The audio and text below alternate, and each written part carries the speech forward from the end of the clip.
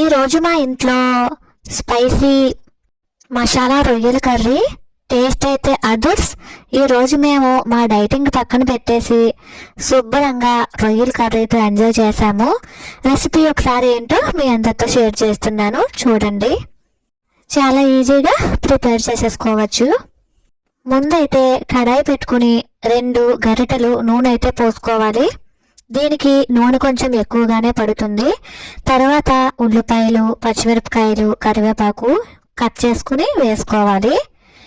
Spicy రొయ్యల curry కాబట్టి కొంచెం పచ్చిమిర్చి ఎక్కువే పడతాయి.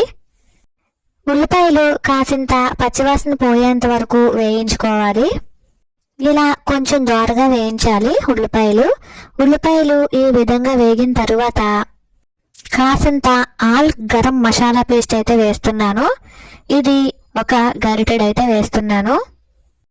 ఈ మసాలా పేస్ట్ వేసిన తర్వాత దీనిని ఒకసారి కలపాలి. ఇది కూడా పచ్చివాసన పోయేంత వరకు కూడా కలుపుతూ ఉండాలి.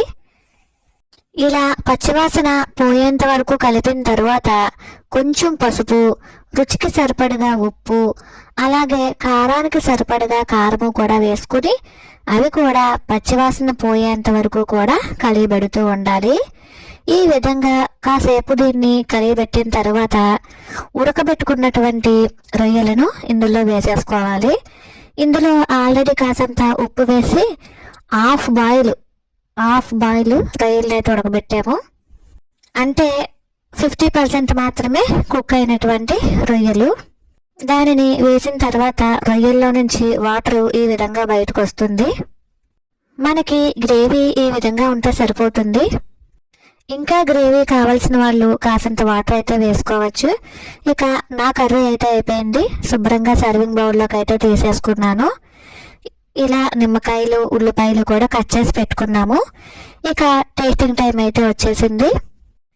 స్మెల్కి అయితే నోట్లోంచి నీళ్ళు ఊరిపోతూ ఉన్నాయి, అంత బాగుంది.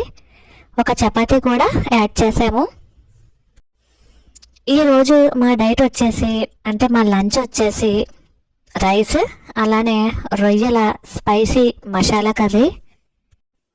చపాతీ వచ్చేసి మామూలు గోధుమ పిండి చపాతీ అనండి ఇది. ఇక కర్రీ కూడా వేసేసుకుని ఓ పట్టు పట్టేసేద్దాము. చాలా బాగుంది కర్రీ అయితేని, టేస్ట్ చాలా బాగా కుదిరింది. ఒకసారి మీరు కూడా ట్రై చేసి టేస్ట్ ఎలా ఉంది అనేది నాకు కామెంట్ సెక్షన్లో తెలియజేయండి. ఇందులో no food colour, no Ajinomoto, మన ఇంట్లో ఉండే మసాలాతోనే ప్రిపేర్ చేసేసుకోవచ్చు. నో ఆర్టిఫిషియల్ కలర్స్ కూడా ఏమీ వేయలేదు కదండి, అందుకే నో ఆర్టిఫిషియల్ కలర్ కూడాను. మాది కారం కూడా కొంచెం కలర్ తక్కువే ఉంటుంది, ఎందుకంటే నాటు ఎండుమిర్చితో కారప్పొడి అయితే ఆడించాము, అంటే మరపట్టించాము.